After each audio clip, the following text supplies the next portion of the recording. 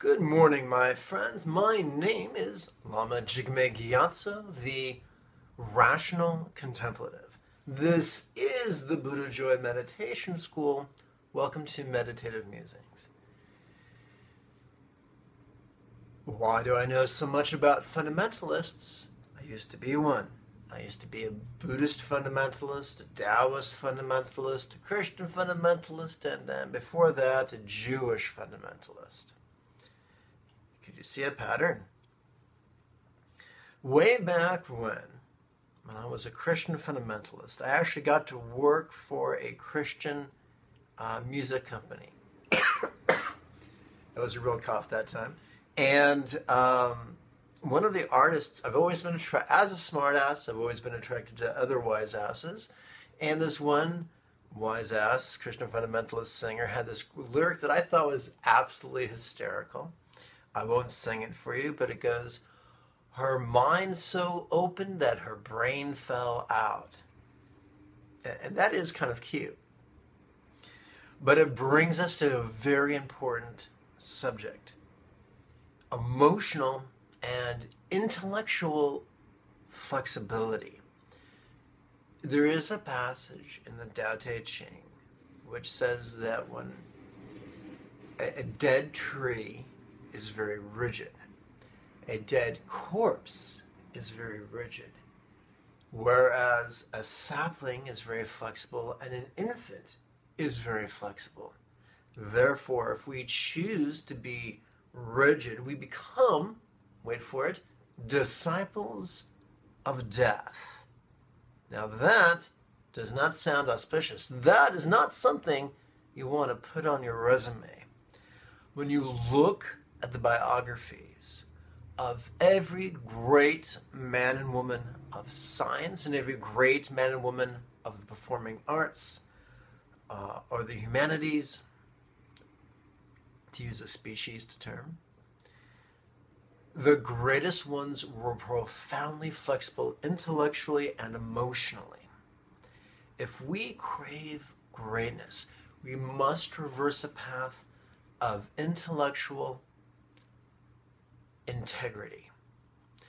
There is a very famous biologist, his name is Richard Dawkins, and when asked about the existence of God on a scale of 0 to 7, I don't know why he chose 0 to 7, but on a scale from 0 to 7, his confidence in the non-existence of God was a 6, which surprised a lot of his followers since he's penned so many books on the subject of atheism.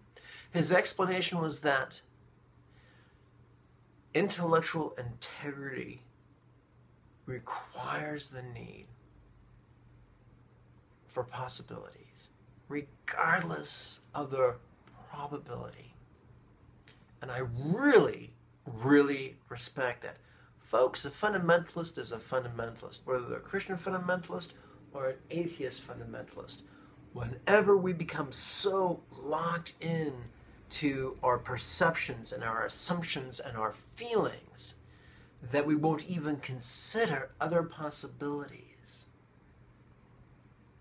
then we become characterized by rigidity, perfectionism, intolerance, and aggression. That's why you'll hear many people who are committed to intellectual integrity use very soft language. Instead of saying things like, "I know it is this way," we say things like, "It really seems this way at this time," or "an idea that I'm rather fond of at this moment." And what we're doing is we're giving ourselves chances to feel a certain way, or perceive a certain way, or understand something differently, perhaps tomorrow. That is crucial. In talking about Alexander the Great, the phrase comes to mind, "winning the battle but losing the war." That happens often in relationships. Someone might win the argument, but in so doing, destroy the relationship. Now, I'm not talking about lying to yourself about what you feel, or lying to your partner about what you feel or think or suspect, but choosing to be flexible, recognizing that I might think or feel or suspect or believe something different the next week, nonetheless the next day or even the next hour. We live in an ever-changing universe. I'll give your emotions and your intellect a chance to participate in that change, and perhaps you will know greater wisdom and peace and joy. The Friday night series of weekly meditation classes and webinars begins October 2nd. Is it October 2nd? Yes, it is. If you'd like to participate, then by all means, register using the links below, and that'll be great. I want to thank all the patrons who make the free classes, webinars, and videos possible. May you and yours be healthy and happy. Bye-bye now.